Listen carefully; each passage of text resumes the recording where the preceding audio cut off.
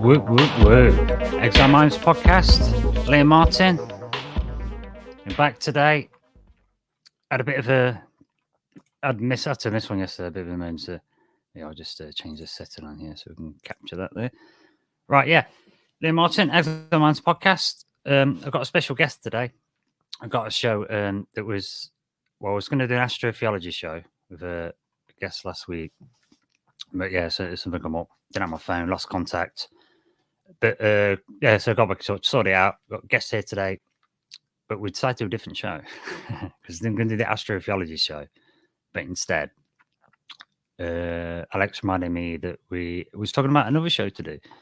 So we're going to do this one today, and it's going to be called Revealing the Skylights. In today's show, in the Exiled Minds Podcast, joined by a special guest, Alex, friend of mine, friend and co-conspirator. As we say, conspiracy theory stuff. So I'll introduce her. I haven't had a live chat for a while. I tend to do messages like chess, so been nice to catch up. And we're going to discuss today, have a catch up and then discuss some countless UFO sightings from Alex's homeland in Mexico, Central and South America. Have a chit chat about that and some of the, which is lots of strange activity in Central and South America. Yeah, and more. We'll just see what happens in it. Have a bit of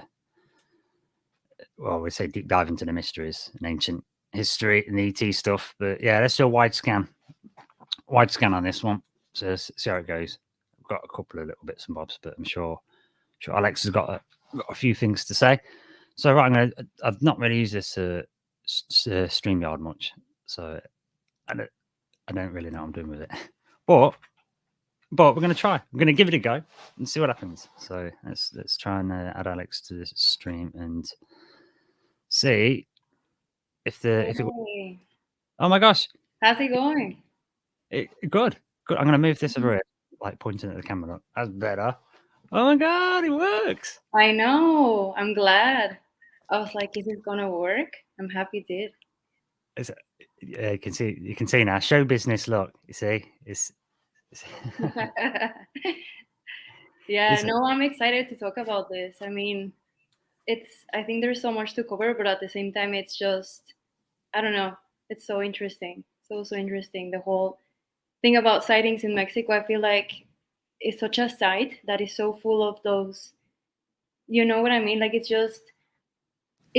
known all over the world, that this is something that keeps going on.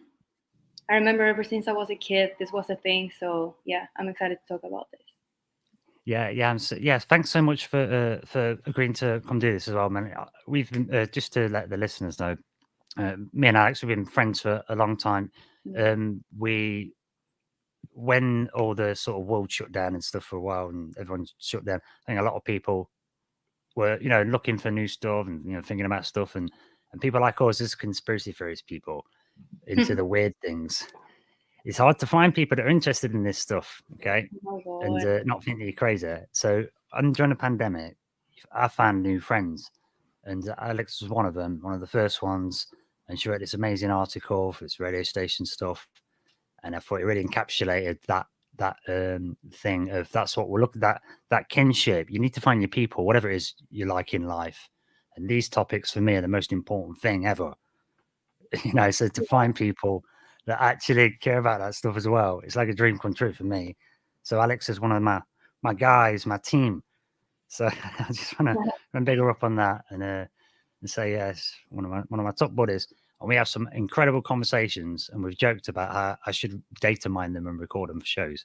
So we're actually going to do one for a change and record it because it gets fascinating. So thanks so much for for coming, Alex. No, thanks for inviting me. It's awesome. Yeah. So, so what you've been thinking about on this? Because you reminded me, because I was talking to you about that astrophysiology thing, and then you reminded me about all these UFOs that in Mexico was going to talk about, and something to do with the camera trickery we're going to bring in later. So, yeah. Is there anything that in particular that you wanted to sort of bring? Or? Oof. I mean, I don't know. There's so many things that that come into my head. I think the very first one is just it's like it's so hard to deny that there is something going on in that country.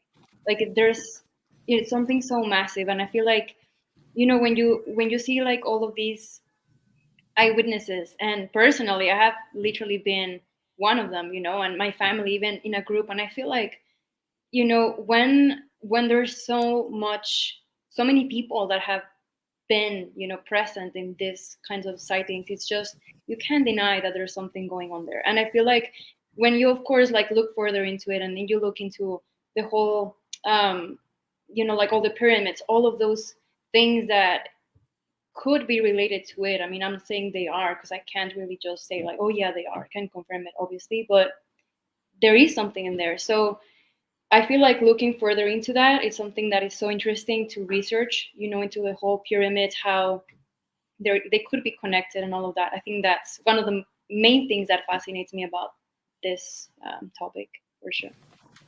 Yeah, it's interesting. Yeah, I liked that you caught yourself there. You got to stay balanced. We don't know.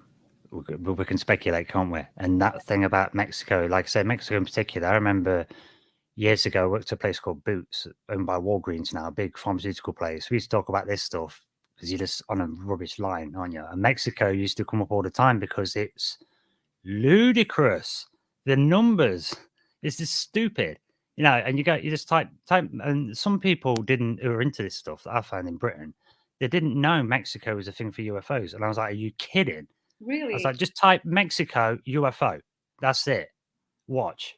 And I did it, and I'm like, look at that. And it's like a cluster of about 50 of them all traveling together. You know what I mean? And then another one, and there's one spitting out balls, and it's like, they're every day, dude. Every day, it seems. Do you know what I mean? Yeah. And so we went on a bit of a mission of like looking for Mexico UFOs, and it almost got boring. It's like, oh my God, there's thousands. Yeah, I know, it's insane. And I feel like, imagine the amount of those sightings that haven't been recorded. Like if you go back to before, when people even have like a freaking phone to record these things, it's like, yep. You know what I mean? It's like there's probably so many that haven't even been registered anywhere, but it's insane. It's insane. And that there was that one from 1991 that I was looking at, that there was a solar eclipse, and people were literally looking at the solar eclipse, and just trying to take a look at it. But then millions of people saw a UFO without expecting to, right? Obviously. And the crazy thing is that I saw online that a lot of these recordings were taken down. So like there's not a lot of evidence for it. However, it was on the news, it was on the newspapers, it was everywhere back then in 1991. I mean, I was born, yeah, by then, but still I was like a baby. So like I obviously have no recollection of this, but if you look it up, like in sources that are not linked to the typical websites who would block this out, you would find more on this. And it's so crazy, how, why would it even be covered? It's like, why would you try and make it seem as if it didn't happen when there's millions of people that lives in Mexico that saw this, That is that's quite fascinating. That's a good point you bring up there, because it's like, and if in 91 as well, that's why I like to think about the timeline and the technology. In 91, well, computers aren't that great then, and internet is kind of really for business, and it's not really, we haven't really got it. So there's not that many people able to spread things on the internet. Things don't really go viral. So why hide it? Because there's not that many people that's going to be able to, like, it's not like today. You can quickly share it, can't you? Back then, there's no one using the internet. Do you know what I mean? So, exactly. So, and it's like you say, if there's millions of people have seen it, then that must be something serious. It reminds me of a bit of that. Remember the guy in Britain, Gary McKinnon? where he hacked some secure area of NASA or whatever and found this list of pilots for NASA, astronauts that aren't on their official list, and it said they were registered as being off-world, There you go. right? So they want to extradite him and put him in prison for so long, and Britain's like, no, and there's a wrangle, and they won't extradite him. But the guy's like autistic, and they're like, oh no, he's just trying it. And he didn't technically really, he did hack, but he didn't break any passwords or anything. He just tried an open admin with no password and got in. So I thought, if that's not true, then why do you care? If you haven't Exactly. damaged anything, why do you give it? Why are you going hell for leather, fighting your brothers in arms, your cousins, trying to get this guy, this one random dude that's just a nerd that likes computers? And he Yeah. was on dial-up. He was on 56K dial-up. Didn't even have broadband. He was waiting all day to get the image, a bit at a time. Do you know what I mean? He didn't even get anything. He just saw a list. That's all he did. All he did was see a list, and he wanted to like slam him. Then, that's telling us it's true, isn't it? Basically, yeah. Exactly. And then it's like, okay, it's like they see a list and that's enough for them to get scared. That's enough for them to be like, they know too much. Because, like, you know what I mean? It's like, why would these people be part of like NASA but not actually registered? Like, you know what I mean? It's like, then what are you using those pilots for? What are these pilots doing then? You know, it's like, but I don't know. I find it interesting how, and you and I like always talk about it, how when a conspiracy is like the most crazy, you know, or more thing like under your nose, the more that people will be like, oh, well, they wouldn't do Yeah, this, right? They wouldn't just yeah, like present it to you in your face, because then like they would try harder to hide it, and you're like, no, it's actually the opposite. Like the less they try, sometimes it's like, and the crazier it sounds, it's like the more that sometimes it is could be more true. I think, you know, because if you start researching about it, then kind of the puzzle kind of starts, you know, getting together, and it's, I don't know, I find it interesting. yeah, yeah. I think I completely agree with that. And it's like, say, the more you put these pieces together, and like you made the point earlier, and it kind of ties back to that, that if there's millions of people who've seen something, and there's lots of people, like I used to think this with abductions. Oh, all right then. So the say about these UFO stuff, or it can explain 95%. All right, okay. But that's thousands and tens of thousands. So there's, a few thousand you can't. Well, that's still loads, right? Yeah. And if hundreds and thousands and then hundreds of thousands of people are claiming to have been abducted, because I think John Mack famously extrapolated. He had his survey of the people he'd done, figured out how many people had been abducted per UFO sighting, and then calculated it for America's population, and figured it'd be at least 100,000, like lots, Wow. right? Yeah. So if there's that many people, then how can you even say no? And there's that thing about psychological exploits, where if you they say if you the bigger the lie, if you're going to lie, lie big, because the bigger you lie, the more likely people's going to believe it, because they're going to think that's too ridiculous not to be true, and that, like you said, they wouldn't do that. And it happened during the medical crisis. The NHS in England, they had an advert coming up to Christmas. The context was, oh, we're not going to lock you down for Christmas, and all tourists are coming in and not having to do lockdown. But the whole country is. And then at Christmas, they locked everybody down. But before that, they'd said it was inhumane 3 weeks before. And then they released an advert for Santa in the Christmas COVID bed for the NHS, What? like sick. And it's Santa Claus. They reveal at the end all the nurses have brought Santa Claus back and it's all happy. But I found that quite insidious because, Fauci assured American children, oh, we can't get sick. It's magic. Right. But Britain's like, oh, no, no, even immortal demigod beings can get COVID. Oh my Look. god. And only the nurses here can save them for the amazing NHS, the envy of the world. It's like that. And it's like, you just killed magic for all the kids in Britain. Jesus. And I told my sister, who was a school teacher at the time, and I sent her the link for an article about it where people are outraged on front page mainstream news. And she said they wouldn't do that. So I was like, okay, I'll get an article she's heard of, Daily Mail, talking about it. Posted it. She never looked at it. She never looked at it. Right. Now that's not normal. She's not stupid. She's an intelligent person. She's a reasonable person. She's been looking after kids since forever, though, and been working for the council of the state since forever, though. And she's been doing the family thing and trying to stay away from, family crap since forever. So she's avoided drama and stress and made sure she's kept her family nice and done that because she hasn't had that. So she's kept away from all drama like that and just been a good citizen. So when something like this comes to you and you've done the good thing and the right thing and paid your taxes, it's too much to take because you've been massively abused by the people you've been working for and helping. That's like your parents and your grandparents and your cousins. It turns out they've been scamming you your entire life, or you know what I mean, and telling all your friends. You know what I'm saying? It's like, Yeah.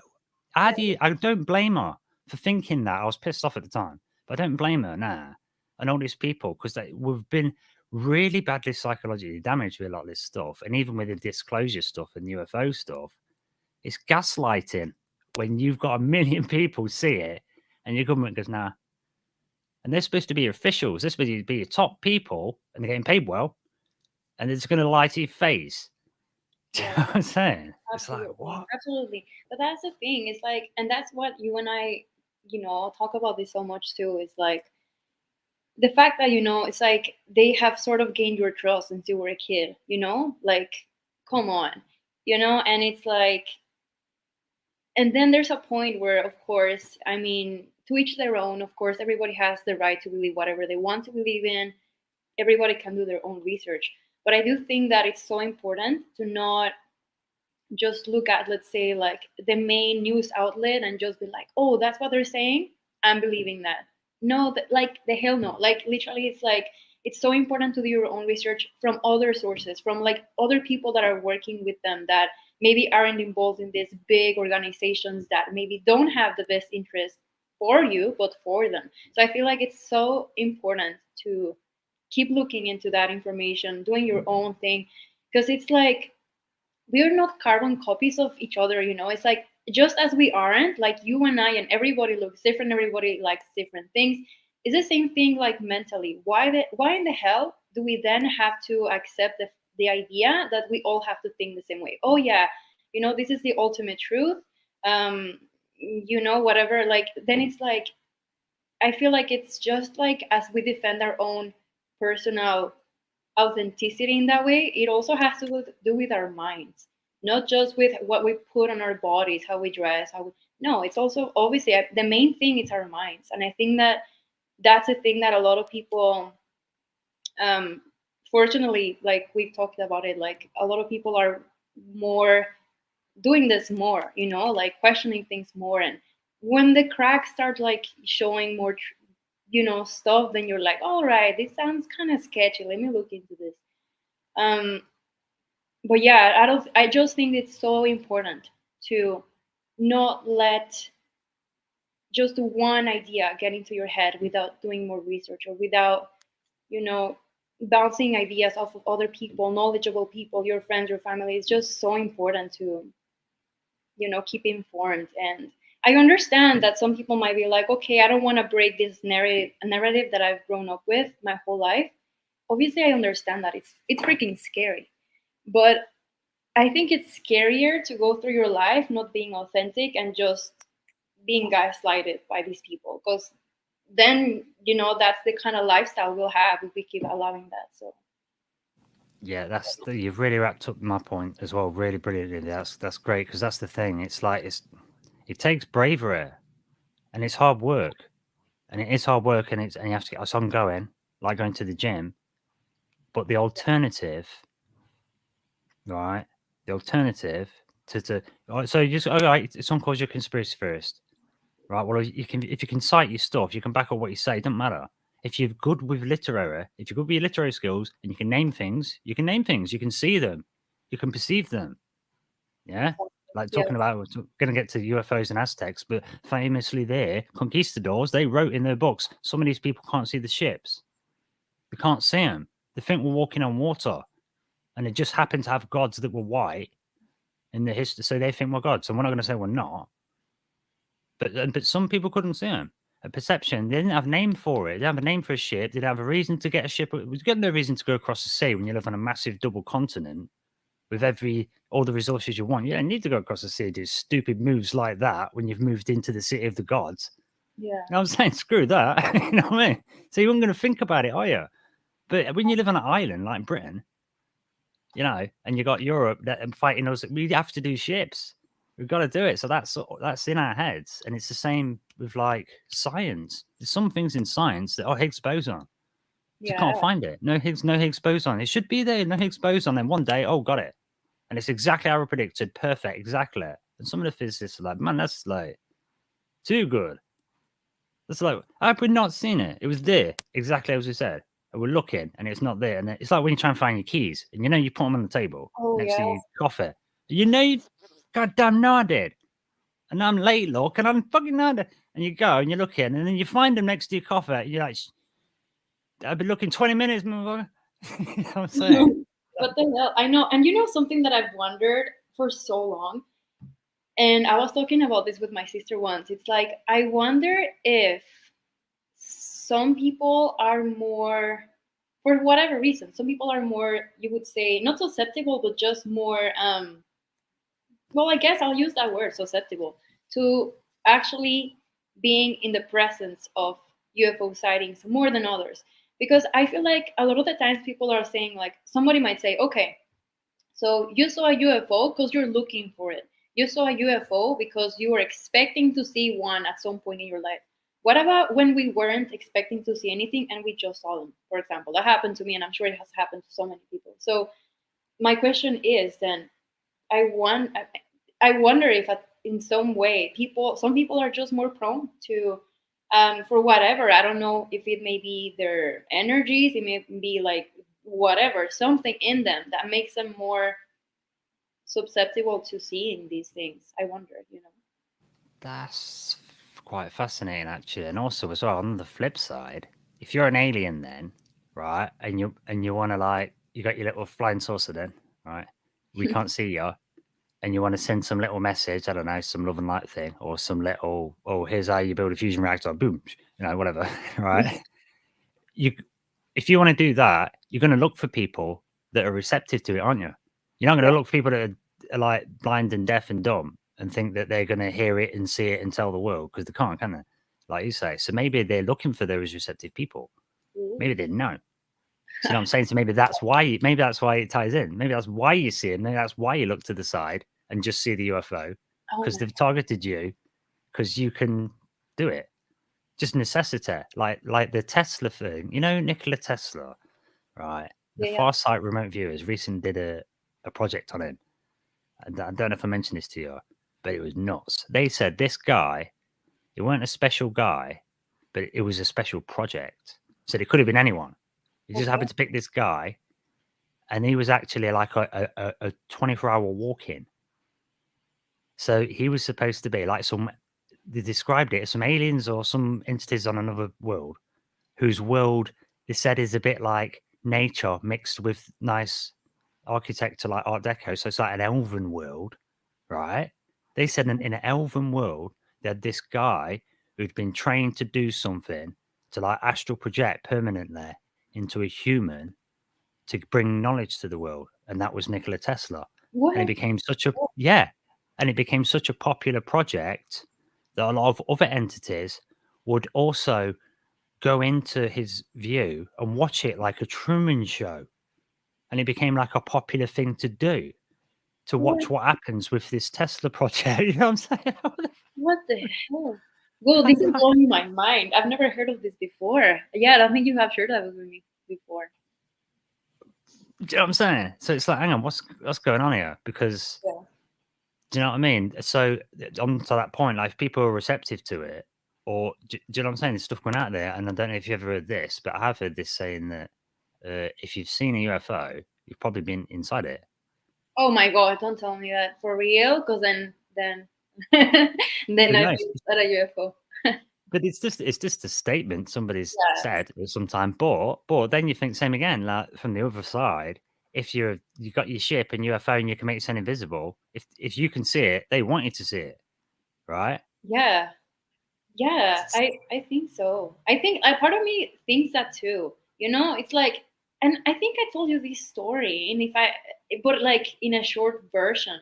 But like, I was once with my family. I was younger than 10. All right, let's say I was 8 because I don't remember. It just younger than 10, and I was climbing this freaking like mount, and it was like a sunny day, like, it's not like there's a freaking storm that you can see what the hell's going, nothing, no, it was just a regular day.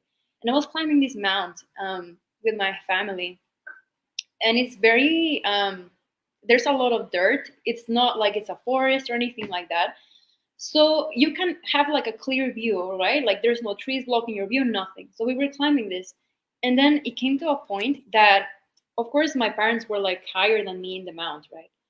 And then it came to a point that my parents were like, hold on, everybody stop. And we're like, wait, what? And they're like, stop climbing, stop climbing. And we're like, all right.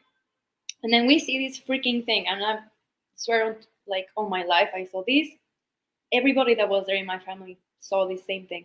So I just see this freaking thing, like this shiny metallic thing, just like, whoop, and then like kind of like go back. But like, obviously, it was still pretty high from us. But I remember like my mom and my dad were like obviously super freaked out. They were like, what the hell? And they were just like, all right, you know what, guys, let's go down. What the hell was that? And obviously, as a kid, I couldn't understand the significance of that, because as a kid, I was just like, oh, something weird, haha, let's go down the mountain. But for everybody else, of course, they have more of a developed brain to understand what they could have seen. Yeah. And then later on, I talked to my parents about it, and I was like, do you remember this? And just my brother, I saw him like during Christmas, and I asked him, he's like, yeah, of course I remember. That was freaking weird, super unexplainable. And I was like, I wonder what the hell. And in that site, it's around where a lot of these sightings happen. So I remember, like, the thing about, I feel like a UFO sighting is like, once you see one, you don't forget. It's not a thing that you're like, Yeah. it's not like you let it go, it's in the past. I feel like it's always so mysterious, so fascinating, that it stays with you until this day. I wish I knew what the hell that was, right? All of us. But it's so powerful to see one. I feel it's so, yeah, I don't know, it just has such an impact in your life, because then whatever your sort of perception on reality was, now it's changed, and it's like, well, now it's just not something I hear from other people. Now it's something I witness on my own. Yeah. Yeah. And I feel the same, and that these kind of things, they do change you profoundly. Oh, And I reckon if it if you have lots of these things as well, then I think they're going to keep changing. You keep changing. You're just going to be that, like, lots of differences, almost the same as if you had a bunch of traumas, and they oh, would change you, wouldn't they? Do you know what I'm saying? Not saying that it's traumatic, but I'm just saying that that would change you once it's dramatic there. Do you know what I mean? So it's like, well, I wonder if that's kind of what it takes. And that's why sometimes when you have these weird experiences that might be, UFO related, or just all these strange phenomenon, or you notice these odd coincidences or synchronicities that are so freaky that you're like, nah, that can't be right. Like today, when I was telling you earlier that, I wanted to speak to the police about something and ask them about something, and I've been worrying about it for 2 days. And I even went to think about to go and find a cop yesterday, and then today I come home, there's police outside my house yeah, looking for someone next door. I was like, oh, can I just ask you about something? Do you know what I mean? Like, yeah, just too freaky, because I'd made the decision and thought, right, when I get home, I'm going to find out this information I need to know from a police officer. And as soon as I turn the corner, right, and there's one. I know, It's just I it's know. just too much, But I think there's something in that, and also as well, they, well, right, Yeah, super. electricity. Look, the background and stuff, and your peripheral. Like, look at crop circles. That's messages written in the environment. Nobody does that, right? But No. just who's just that? Who thinks to do that? Nobody does Nobody. that. That's Nobody. not human thinking, is it? Can't be. Of course not.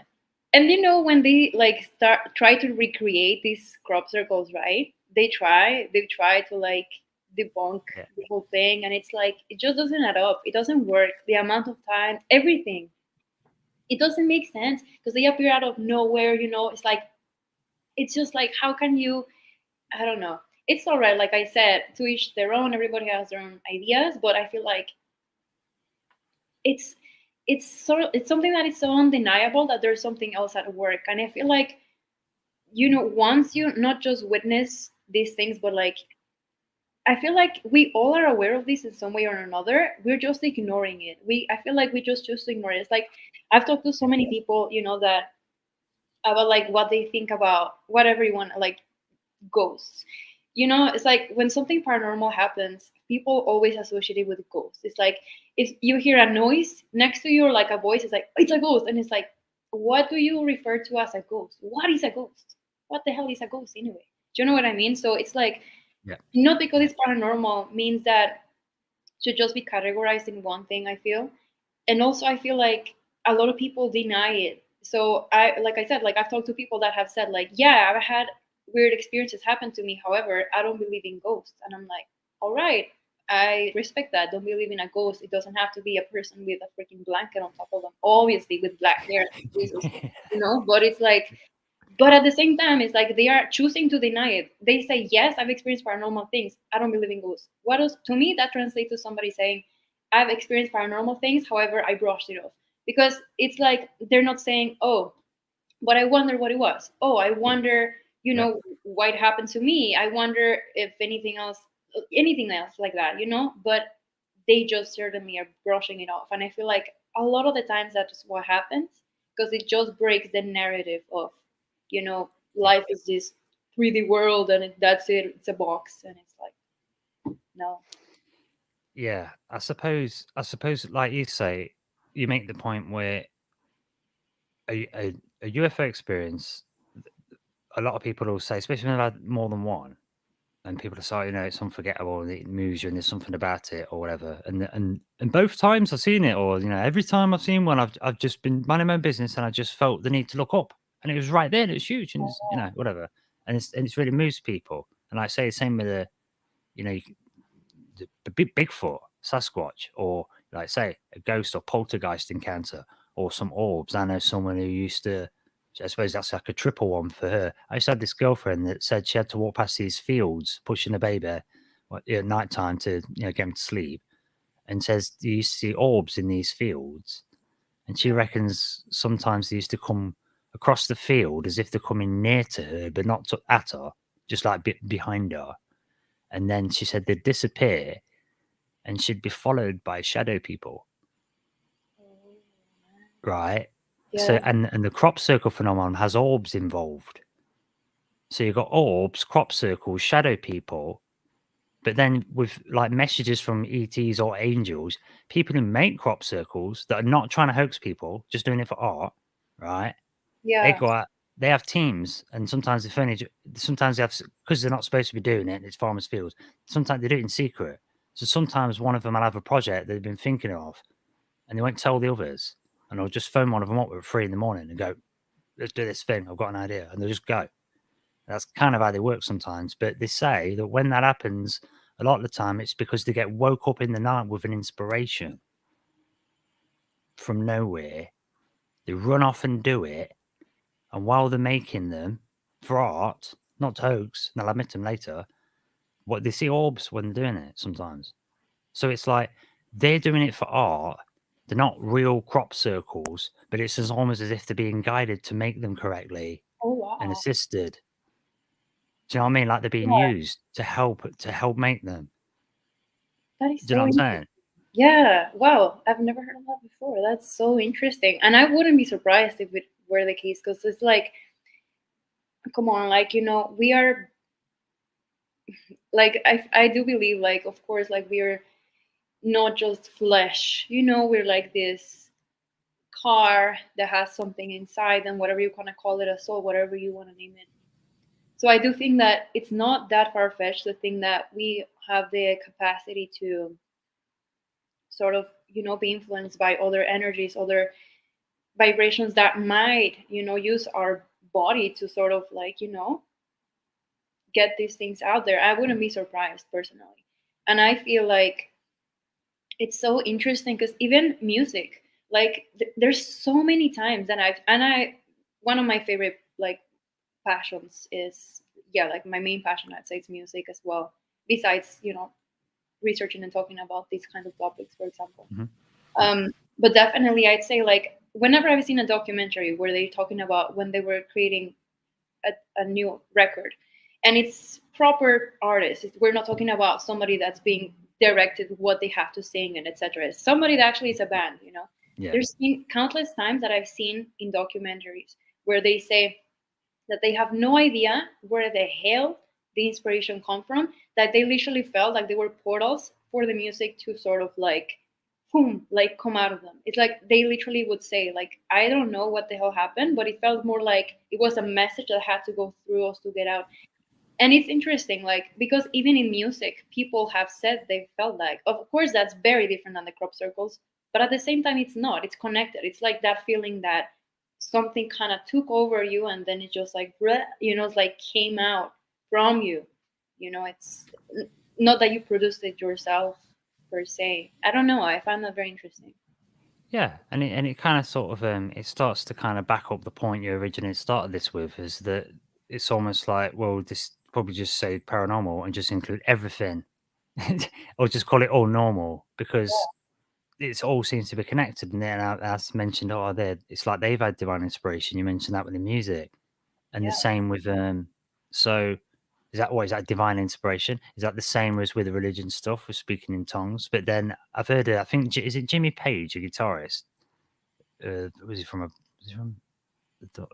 from Pink Floyd or something? Anyway, yeah, famous guitarist. He said that there's a quote here somewhere that he said that when you've got all them thousands of people and it's on you and you're doing the thing, he said that the feeling that you get from that crowd, that like electric. He says it's not. He says you're being fed. He makes some profound statement about like there's nothing else that can touch that, because it's like all those people are amplified in that moment, Oh my focusing your stuff. He was like, that's like true magic stuff, like real. There's no more powerful force.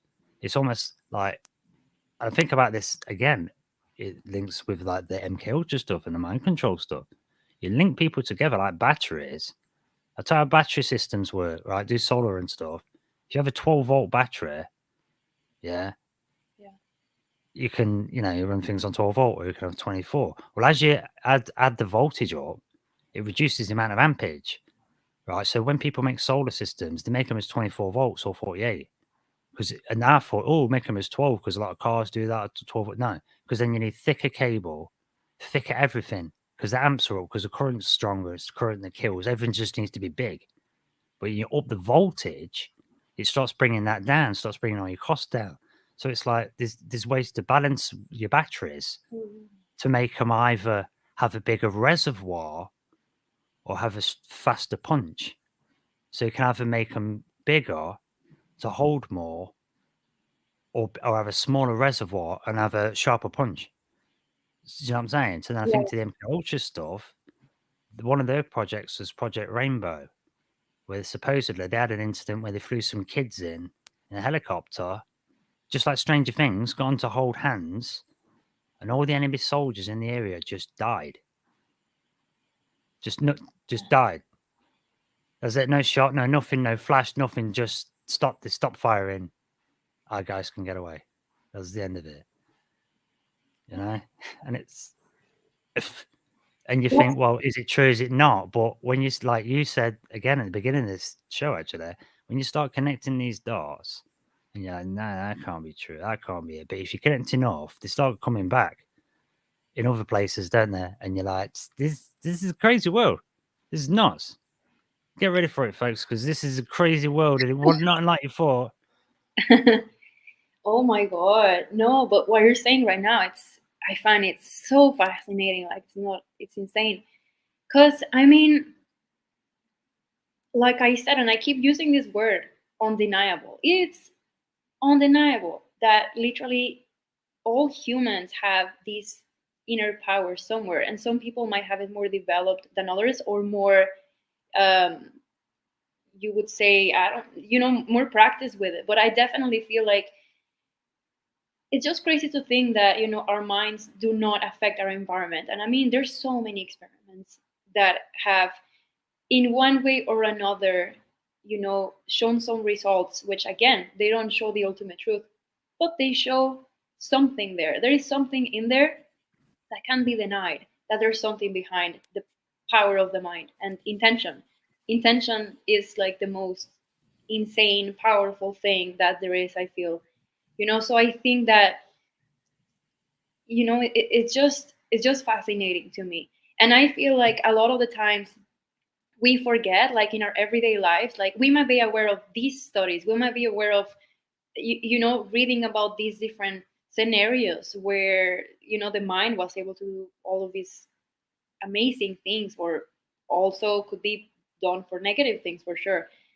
But then we forget, I feel like, in our everyday lives, and then we don't apply it. Like, what if we did? What I wonder what would happen if every single day we applied this knowledge to our everyday life, and how it would make it better. It's just, but I think that we've been so programmed to think that it's not a possibility, that it might become harder to incorporate it in our everyday lives, because somebody might be like, I feel kind of crazy for doing this, I feel kind of weird. And it's like, well, it's, I think we would just need to practice it more until it just feels like okay, and then we get the results, and then we're like, all right, we're not crazy, all right, it's just, it would just be part of our lives. Yeah, that. Well, I think, yeah. The problem you present there, that I think that is, yeah, it's one of the big problems in the world for for everybody. Really, it's like almost like, is that part of the human condition, or is, at least contemporary times, it's part of some of the parts of the social problems where we do stuff. And I say, what you think is what you are. Manly P. Hall said we've got a responsibility for our thoughts. They say what you are, what you eat. Well, that's not just food, is it? Junk in, junk out. Okay, so you think so. Let's step it back. Your brain is your thinking. It's happening with your brain somehow, using it, whatever. So that's a chemical factory, and that chemical factory governs everything your body's doing. And we know with the like Wim Hof breathing techniques, if you do these certain breathing in a practice, it triggers autonomic systems to change and do other stuff and release chemicals so you don't feel the cold. Right. So if breathing can control and change systems in your body, it's changing genes as well. It can go down as far. I mean, no one's doing it yet, but it theoretically can go down as far as altering your genes. Genes technically can alter your eye color. Right. Whoa. So, right, and that's just for breathing. Like, say your thoughts. I think of this Jordan Peterson recently. I just happened to stumble on one of these videos that just came on, but it was some of his best bits, and he Yeah. was saying your literary skills and showing up for yourself and your integrity and your honesty. Every time you lie, every time you don't do that, junk in, junk out, you eat. You're teaching your cells. That's what you are. Every time you lie, you're teaching your DNA. That's what you are, and it's in your DNA. It's in your essence, and that's why that saying is. That's why that thing. There's a difference between knowledge and wisdom. Is that knowledge is knowing the thing, and wisdom is incorporating it and doing it, Mm. and it's part of you. The difference between ethics and morality. There's a big difference, massive difference. Ethics is knowing, oh, I shouldn't cheat on my wife, but morality is never, ever, ever considering cheating on your wife, ever, and never being able to do it, no matter how much this sets you up with special women and that, because you've made a choice already. It's nothing to do with the woman, it's to do with you. It doesn't matter what person turns up or who you're marrying or not, it's to do with you. It don't matter if someone can see you or not, if you're going to get caught. You're always going to get caught because you're always getting seen because there's only one person here. Oh my You god. know what I'm Wow. saying? That is such an amazing way to see it, though. That's such an amazing way. Because I feel like that is so true. I feel like a lot of the times when we, I don't know, have an intention for something, we're like, as long as, it can happen, it's like, as long as nobody knows, whatever, it's just me that knows. It's like, well, it's going to affect you. You already know. And that will affect your Yeah. behavior. That will affect everything in you, right? So, yeah, that's also true. Yeah. And I think that's why I get. I mean, I've got a bit ADHD and PTSD and stuff, so I get emotional. But I think that's a thing why I get really emotional about like lying. I used Yeah. to say like I treat murder like lying. Do you know what I'm saying? Because it just seems something about it. Now I know it's from upbringing stuff like, you know, being made to have no boundaries and reveal too much, and lying's like being not revealing everything's like being a bad person. But it's taught me the value of it in some way, and it just seems like it really matters, to be honest, for that programming your DNA thing. I've realised now, but also it's easier. Cards are on the table. Any conflicts get found out straight away. Do you know? It's just so much easier, and nobody can mess with you. Nobody can ever do bullets bounce off me. Do you know what I'm saying? I can still be hurt by things that people say on the meaning I put on stuff, but when it comes down to the crunch, even if I've been set up for stuff and this, that, and the other, when it comes down to it, bullets bounce off me because I told the truth. You do that, I'm telling you, people. You always do that. Nobody does anything because they've got to reveal their hand, right, to break you down. And if they're not, and they can't, can they? They're going to have to reveal themselves. And that's what happened famously with that. I can't remember her name, but Jordan Peterson was interviewed by this newscaster lady. And it was, you know, she was a bit riled up on the far right, far feminist thing. You know, it happens, you know, whatever. And she kind of lost herself a bit because she was making, you know, this kind of the classical attack points, hit pieces on Jordan Peterson. But like he was saying on this video I saw, he's made a point of making sure his vocabulary is good, making sure he's using the appropriate words at the appropriate times. And if you listen to him speak, he's watertight. He's so careful with his words. He is absolutely watertight. And so when you try and throw mud at him, it just won't stick. It's made of Teflon. You can't get anything to stick. And then in the end, you just look like a crazy wild person throwing, you know, things around the room. Do you know what I'm saying? Whereas if you can get someone to react, that's why they did the division stuff. If I can say, oh, you think this and you can react, then I can let you hang yourself. But if you hold the line and hold your integrity, and no matter what they do, hold your own self-respect and don't lose control, you're an immovable object. You know, people will just disappear because they can't be bothered. Yeah, no, and it's so important to keep that in mind because I feel like, especially in these kinds of topics, you know, whether it is UFOs, any sort of paranormal activity related topics, or conspiracy theories, you know, quote unquote, it's like it's so easy to, you know, because when you've experienced something, you know, it's like you wanna, the main instinct might be to just defend it. It's like, no, you know what, it did happen. I didn't take a picture of it because it lasted 2 seconds, but it happened. You know, I wasn't prepared to see it, so I have no proof, but you have my word for it, you know.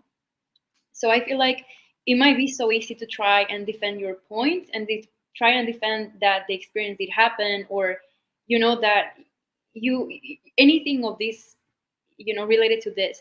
And I feel like that's why it's so important to keep this in mind, that it's, first of all, you know, it's not our jobs to sort of change people's minds per se, because it's going to be impossible. You know, I think the main thing is when discussing these kinds of topics is more raising awareness, and for whoever is ready and open and willing to take it, take it. If they don't want to, if they are for whatever reason, that's fine, you know. But I feel like that's why it's crucial to, you know, to not act reactive or impulsively when somebody denies what you may have experienced, what you may have seen. Because I feel like a lot of the times it can be one of those moments where it's so easy to feel like unheard and ignored, right? And it just feels bad because, like, Rohan, you have no idea. Like, I've told so many people, like, hey, you know, this happened to me, whatever. And some people take it like, oh my god, really? Whoa, that's super interesting. You know, they want to know more. They want to ask more questions.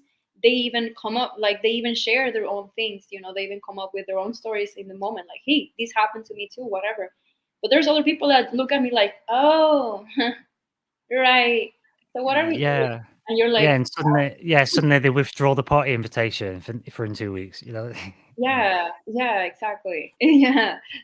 So I do think that it's just super important to try and understand that it's not personal, and just, you know, say whatever we have to say, be concise, be to the point, use words like we were talking about this like yesterday or something, that it's so crucial to not use like, to not curse or whatever, like to people that may not agree with you, because what the hell is the point in that? You know, it's like there's no point. We're probably not gonna change people's minds if they're not ready to, and that's not even the case that we want to do that in the first place, right? I think you made a key point there as well with that thing of like not trying to convince people, because Yeah. because they're in control of whether or not they're in control then of whether or not they're convinced, and they can lie about whether or not they're convinced. Oh So yeah. it's a losing battle to start with. Do you know what I'm Yeah. saying? And if it becomes a conflict thing, and they're in control of whether or not they win, they're going to choose to win, aren't they? And no matter what you say, they're going to go, no, that don't prove it, or no, I don't. I'm not convinced. Even if they are, even if you convince them, they're going to say I'm not. So, and Yeah. right, and also as well, it's a bit like that thing about trying to work out other people's motivations. Oh, why did they do this to me and do this? Oh my god. They might have done it for no reason. There Yeah. might not be a reason. So you have to be dead careful, don't you? But like I say, if you just stand on your truth, Alex Collier says this. I don't know if he's full of crap or not. He was a UFO abductee, Alex Collier, but I thought he seemed like a genuine guy, and he's not exactly made money from it. And he's not exactly had a nice life by saying it, you know. And Yeah. other people had to say, "Hey, I know you're struggling, dude. Why don't you do a podcast or something?" You know. And I think he ended up eventually doing one, but that guy said some nice things, and one of the things said, "Stand on your truth." He used to say that, stand on your truth. And I remember one time, you know, people come up and ask a question. This guy comes up and he said, "Oh, he says, what can we do? How can we fight? What do we do about all this?" And he was like, "Oh, could you just do me a favor? Just kneel down for me for a sec." And the guy kneels down and he says, "Do you want to live like that for the rest of your life?" And the guy Ooh. said, "No." And he's like, "Stand up then." Wow. That's I simple, isn't love it? that. That's so Pretty cool. simple. Oh my god. I want to do that to everybody now. No, I'm kidding. But it just sounds so, it's so powerful. It's so powerful because physically, the person got to see what they are actually doing with their minds. It's like, I feel like that's a thing, that because we cannot see our minds, our Hmm. thoughts, our Yeah. beliefs, it's so easy sometimes for people to be like, like, oh yeah, this is what I believe in, and sort of like don't take it at like, how to explain it, like don't give it the importance that it deserves. It's like, yeah, we take care of like our bodies if we can or whatever, in whatever way, but it's like our minds are, I mean, they go hand in hand, and it's like the way that we live our lives, like you were saying, this person like kneeling down, that's so powerful. That's so so powerful. Like, cause you actually get to feel what your mind is doing, with all of these information and all of these people trying to tell you what to believe in, who you should be, etc. And oh my god, I don't know. I love that. That's super super. Yeah, it's a great example, isn't it? And you make a Yeah. great example. Another sort of poignant message there about the importance of the mind and looking after that as well. And I remember the same person I told you had the orbs in the field and the shadow ex-girlfriend. She said as well, she used to say, as long as I got my mind, I'm happy. So I don't mind losing, I'll lose the rest of it There you go. in a wheelchair, but as I want my stuff to work properly, because that's the bit that matters. In fact, Yeah. she was a really good. I mean, it didn't work out in her life and stuff, but she had a real positive mindset with that stuff.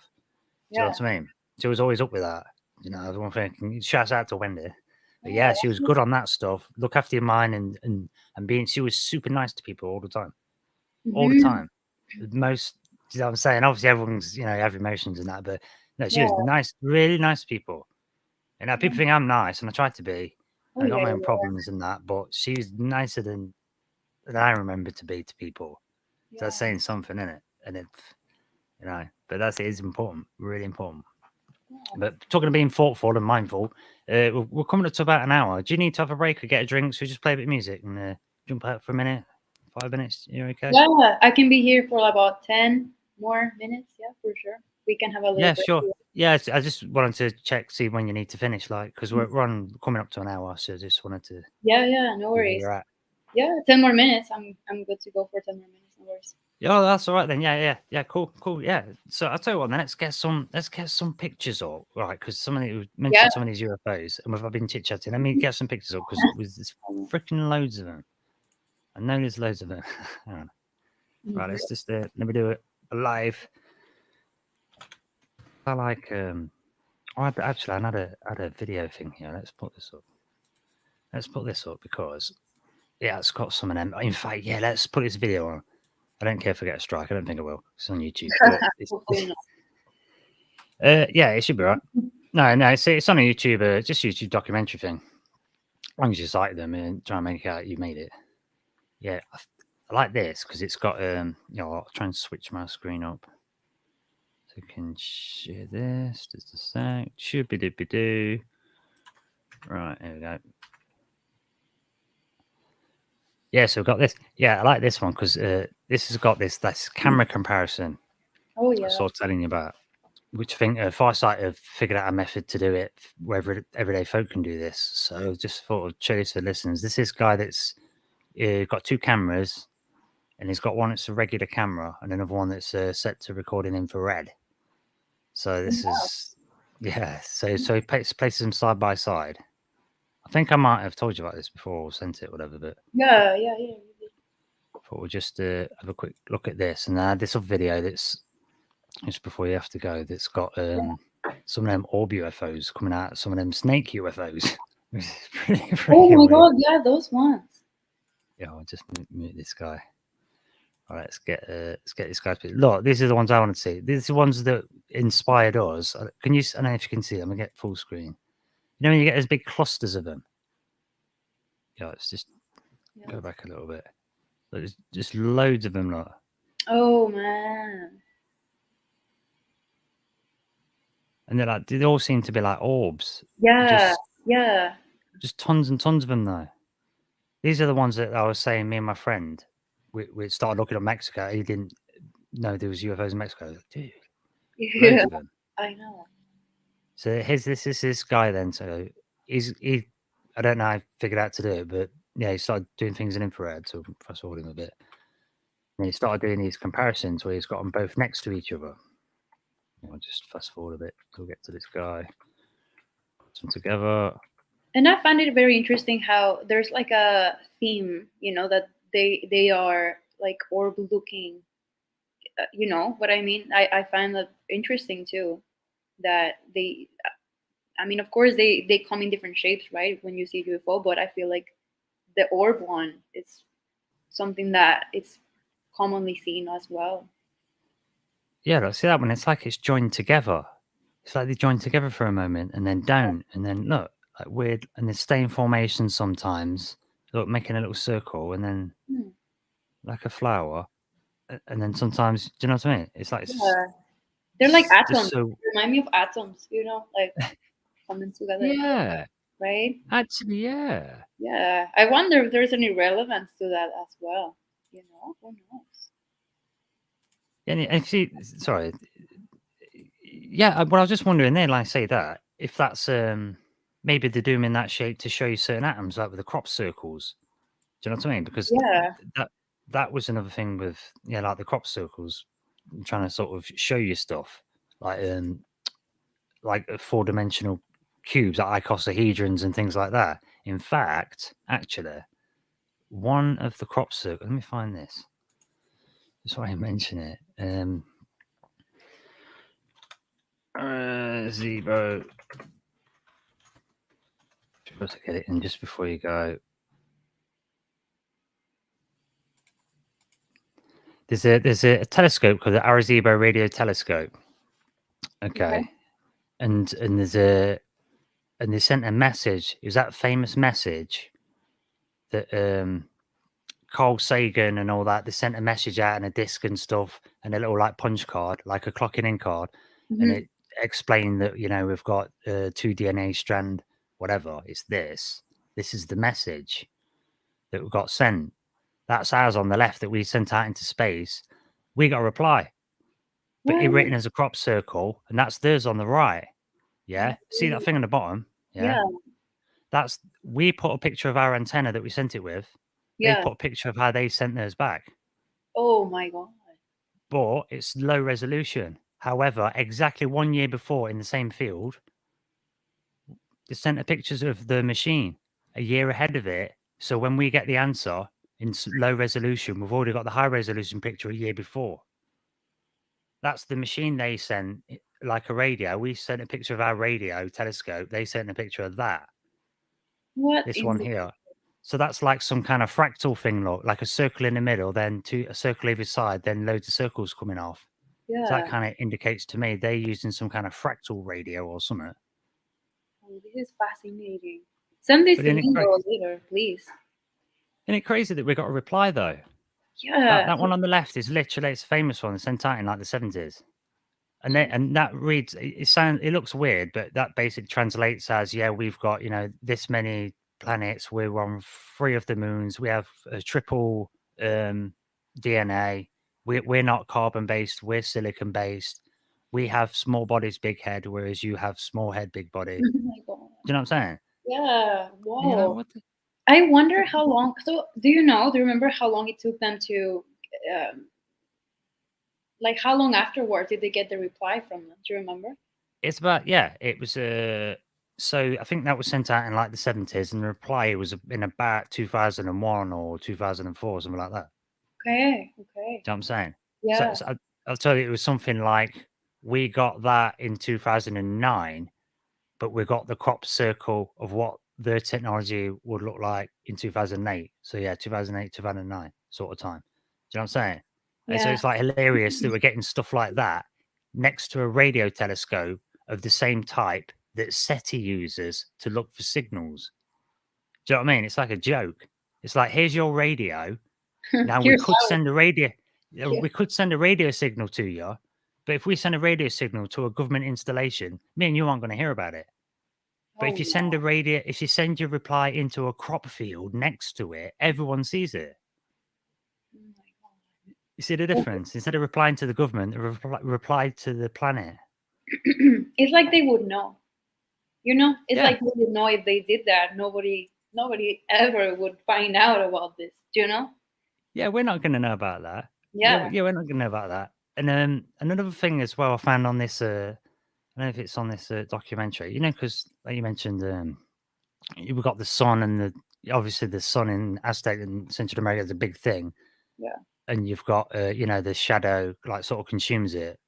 You've got that thing, the feathered serpent in it's Oh into yeah. the temple of the feathered serpent in Tehuacan, the That's big massive, fascinating. the place, don't you? Wow. Yeah.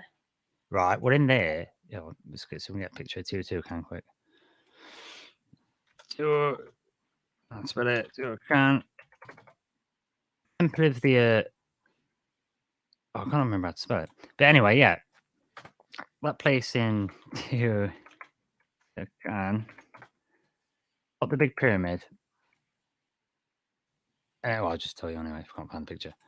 Yeah, underneath of it, they found an The extra tunnel? chamber.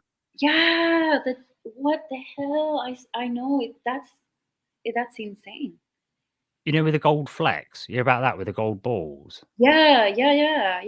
I looked at that too. I was like, I didn't know that. I mean, because what I find interesting, that it's blocked off to the public, and I'm like, it's like, all right, you're allowed to go. I mean, maybe because it's underground, but still, I wonder why. I wonder about those things as well, because they blocked off Stonehenge. They tried to start putting a fence around that, and I think, why? Well, after all this time, do you know how long it's been there? Oh. And they start blocking these things off, and the barrows. And I wondered to myself if it's like, because then when you're going inside of them and meditating, shit, do you know what I'm saying? Like, maybe they do stuff for you. Because some of these dolmens and like little things in henges and stuff in Britain and Ireland, the people used to go inside of them, and they used to say back in the day that you go to like meditate in there, and it helped, the crops are especially fertile, and make people horny and stuff, so they had to ban them. Do you know what I mean? And it's like, well, I don't know. Maybe we would be, I don't know, healed, or who knows? If we were able to be in contact with these sites. I'm not even joking. Like, we have no idea what kind of energetic, you know, power could be there, that we literally could be just influenced by it so much. Who knows? Literally, who knows? Because that whole thing about the pyramid in Mexico, I mean, there's so many pyramids, but that one, the Quetzalcoatl one, it's insane. Because, um, it's like there's so many theories that they believe that this god basically was sort of coming down, every once in whenever he would come down Yeah. and impart his wisdom. But so the thing is that they say he was like a shapeshifter, right? And I find it so interesting because, yeah, it is pretty interesting, because then he would look kind of like a dragon kind of being, serpent, whatever, and then he'd also be a man, right? So, but I mean, there's so much to this that it's crazy. It would go on forever if we talk about this. But like, I just find it super cool, and I feel like it's something totally worth looking at, because the the fact that the stairs, the way that the light hits the stairs as well, and creates like this serpent sort of looking, Oh yeah, that if right? yeah, and What do yeah, you it's think? is it summer solstice or something? Yeah, yeah, it's along Yeah, that the step, isn't it? And then yeah, yeah, yeah. it's incredible. The timing for that is like nuts. I know. It's like, how can you explain that these people from with in theory zero technology to know all of this would know this? It's like, just by observing, how would they calculate the exact point?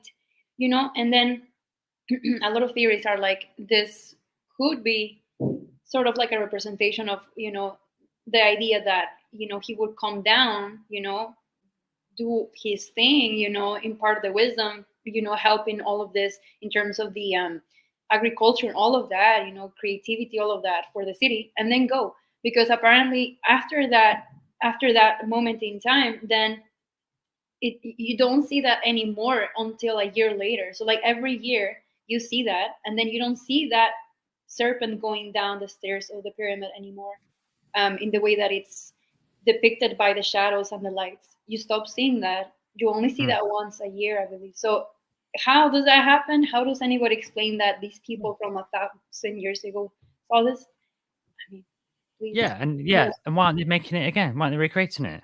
Little models of it. I'd even plan that, Alejandro, Whoa. Alex. How do you start? How do Yeah. we sit down with a piece of paper and figure that out? I don't even know how you do it. Right, and check this. I don't know if you remember this from years ago.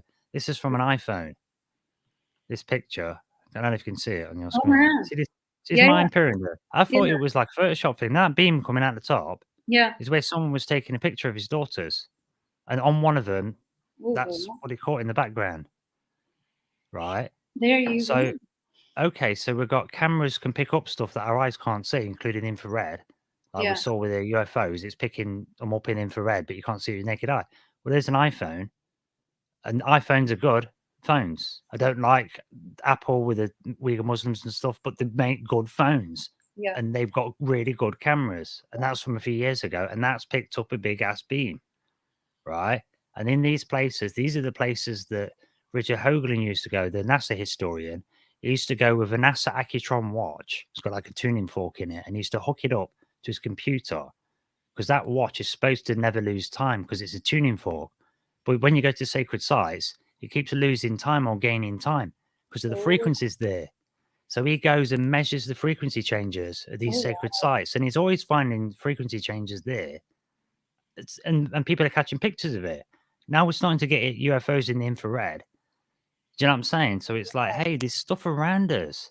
And that's another thing about like that getting caught thing. You might not be getting caught. There might not be anyone around. Yeah. There might not be anyone to see you in the visible light spectrum. But do oh, there you go. There you you know what I'm go. saying? Yeah, yeah, Could be an completely. alien right next to you going, Yeah. Jesus. Oh, hi. How are you? Yeah. Imagine. I mean, no, but not even kidding. That's what we keep saying, right? Like, paranormal things don't have to be just whenever something happens. It's not just because it could be anything. It could be that too. It's like there's nothing for certain yet. I believe in that sense. I don't know if it'll ever be. So yeah, but all of this is so fascinating. One last thing I want to add to that picture that you showed right now is, Rose I don't know if bucket. you know, like, there's volcanoes, and then there's been a lot of sightings around the volcanoes in Mexico too, and I found that interesting because I don't know what that has to do with, but that's also very interesting because it has happened since even before, like you said, the internet and computers were that powerful, or people had access to just be like, oh, I'm gonna edit this picture. Back then in the 90s or whenever, a lot of people didn't even have access to that. So how do somebody explain that?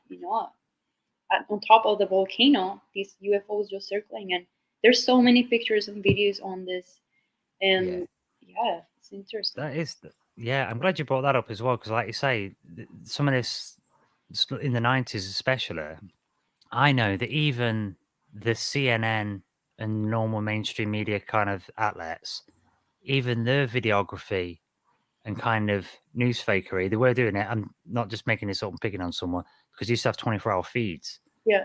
Remember Alex Jones showing one of them where before they're actually officially broadcasting, like we're in the studio getting ready, there's the anchor man's doing Daffy Duck impressions to clear his throat. I Right? remember seeing stuff like Saudi that. Arabia, they're pretending to be in Saudi Arabia and there's a missile attack Yeah, and they've got fake palm trees behind them. You remember that one? yeah. Yeah. That's the same, but And that's 91, yeah, right? yeah, So that's how rubbish they were then. So the general public, they ain't faking nothing in 91. Man, we can barely use computers then. We're still on dial-up, still phoning the guy saying, why don't it work? My complimentary coffee cup holder's broken. And he's yeah, like, that's for a disk drive, sir. That's for a compact CD, sir. yeah. You're like, oh, it's not a tray. Oh, we don't know what we're doing with computers then. You know what I mean? What? They thought it was a tray for like coffee cups? You're kidding. Yeah, that's a real example. That is. I No, know someone used to work on IT. Yeah, because you have to do the basic steps, don't you? Is it plugged in? Have you turned it on? So you went through the basic steps, and some old lady had thought a complimentary coffee cup holder had broken. Oh, that's I so sweet at know, the same poor old dear. time. Oh, Hilda, let me explain. Yeah. I would actually, like send her an actual coffee cup holder for that, just for that comment. Like, here you go, you deserve one. That's so Well, cute. yeah, well, I heard that story about 15 years ago, but I still now want a spare disk drive that's reinforced. I want one. That's a good idea. Right? It's right there. My tower's right there. It'd be perfect. But no, I still ain't got one. And we get liquid cooled computers as well, and no coffee. It's shit. That is so funny. It's an espresso machine. I want a creamer. That's so funny. Well, yeah, no, I think this whole topic. I mean, we jump into so many things, right? But I feel like Yeah. what we're saying right now, about the UFOs in Mexico, it's fascinating. I think we should build more on it in another moment because I feel like there's just so much. It's just very, Yeah. very interesting. That's it. And we haven't had a chance to sort of talk live for ages. So yeah, there was a bit of a catch up on this one. I put that in the description as well. We have a bit of a catch up, just have a chit chat. Yeah. So I want totally 100% prepared today. But yeah, I think we should. I've been thinking about this because I wanted to do a series on like side weapons and stuff. Okay. Yeah. Right. And because there's so many technologies, Oh yeah. I thought I'll have to do a series on, because I did one and then there was so many. So I might do a series on each one to try and break down how they work. Okay. So I thought I might do that with some of these other topics. Like let's do a series on, Central and South American alien stuff. Yeah. And then let's do a show. I'm thinking to do that to break them down a bit better. Because like it's otherwise they're so big and I think they're gonna have to get chunked off, aren't they? Like instead of doing all your exams at once, you don't need dissertation right away, do you? We might have to work our way up to, so maybe I should do that. Maybe we can just focus on the Mayans one time and then we'll look at Puma Pumka one time. Maybe so I'll put some shows together maybe and do it like that. And then if you want to join on them, then that would be cool. I think that because I want to get Alex, I want to get these so anybody can come in, not know anything. Yeah, definitely. No, I'd love to join as well. But yeah, I think it's a great idea to break them up because there's so many. Even just talking about one pyramid could take for like a long time, and then there's other. Like there's so much information and things. So definitely breaking it up. Yeah. And also as well, because I've got to meet people, and it's only the last couple of years I got to talk to people about this stuff, and so then it's only the last couple of years I get to gauge where everybody else is at, Mm-hmm. and then compared to your general public. So it's only now I'm realizing that, and in some ways, I'm streets ahead of other people, and I speak fast, and I'm losing people, and I don't realize. Do you know what I mean? Oh. So now I know. In Mhm. contrast, it's easier now to know what to do. You need to know what don't work or what you don't know, don't you? Sometimes. So now I Yeah, realize, if I slow myself down and break things down, I'm good at that. Just slow completely. down. Yeah, Be that's a all good right. plan. I like that one. Hmm. Anyway, well, thanks so much for joining me today, and thanks for your patience. And this StreamYard, it works great. I'm really impressed. Yeah, So, this is awesome. I didn't know about this platform. It's awesome. Let's keep using it. But no, thanks so much for having me. I mean, it was so fun talking about this, and yeah, let's see the next one, what we get to next time. that's brilliant. You're a legend. You're a legend. Well, thanks so much. Thanks so much. Is there anything you want to share? You got some links and Twitter pages and podcast. Um, Not that right now. You know, it's like I will eventually, but not at the moment. But whenever I do, I'll give it so you can post it here too. Yeah, we'll get you a link tree and we'll get you set up. We'll get you in the Friends of Exiled Minds list. Yeah, The yeah. Awesome. old promo. Yeah, please. Yeah, nice one. Yeah, thanks so much. Thanks so much for coming. Then we'll do a show again soon. So that's Yeah. Exiled Minds podcast. A special guest, Alex, and she says she might come back again. So you'll have to keep listening to encourage her. Oh yeah. All right. Thanks a lot. Thank you. Take care. Bye. Bye. Oh, awesome sauce. Oh man, what a buddy, the legend. She looks after me. She does. We support each other. So we do. But yeah, we talk like kind of chess messages, time zones and that. But yeah, it's nice to have a live one. So that's brilliant. Oh my god. What a wonderful day. So hope like that. A bit of a bit random, that one. Meandering here and there, but yeah, nice to have a catch up. Nice to sort of introduce Alex and hopefully get some wide spectrum views on some of these mysteries in these kinds of areas on some future shows. So yeah, I'll probably do a series for this specific there. Yeah, and do one for the side weapons as well, do individual shows for that. So yeah, maybe this will be the way I can do it going forward. Just still refining it, trying to figure out how best to do it. Because I want to take all of this stuff and break it down. I want to get everything out. Everything, whether it's, I don't know if these things are true or not, but the conversations needs to be us. We really do have to get our hands on the steering wheel with this stuff, I think. Because apparently we can't rely on politicians. They just can't handle it. They seem to be lying, cheating asshats. It seems that way. So it's our time. They've had the chance. Rubbish. So want a job doing properly, do it yourself. My dad used to say that. Anyway, thanks for joining, folks. Hope you've had a good time. I have. So that's all that counts. Really? Hey. Just kidding. I think Alex had fun too. So yeah. Anyway, I'll catch you soon. I don't really have a sign off, so I'll just say goodbye and tune in next time, telling everyone about how great my show is. And I'll play some show outro music, which is, as we found out last time, is in the outro folder for show music. So that works out nice. Anyway, see you later, folks. Exiled Minds Podcast with the mighty Rohan, aka the famous Liam Martin. Tomorrow, do another show tomorrow, 10 p.m. GMT. That'll be 2 p.m. Pacific, 5 p.m. Eastern.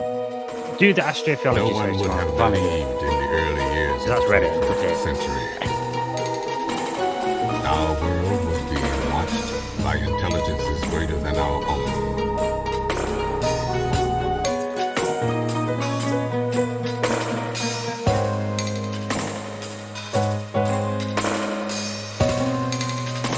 And as men busied themselves about their various concerns, they observed and studied. The way a man with a microscope might scrutinize the creatures that swarm and multiply in a drop of water. With infinite complacency, men went to and fro about the globe, confident of our empire over this world.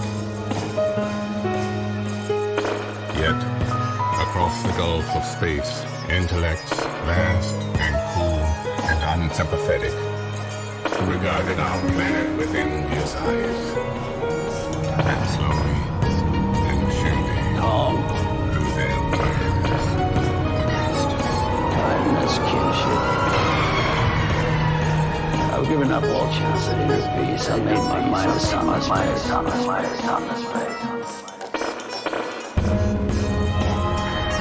I share my dreams with ghosts. I wake up every day to an equation I wrote 15 years ago from which there's only one conclusion. I'm damned for what I am.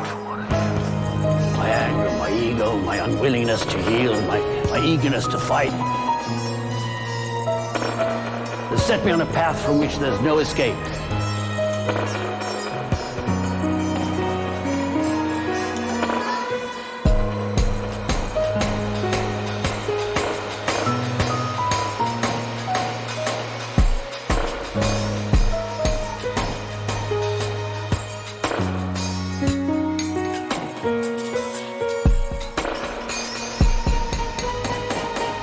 I yearn to be a savior against injustice without contemplating the cost, and by the time I look down, there's no longer any ground beneath my feet. What is my sacrifice?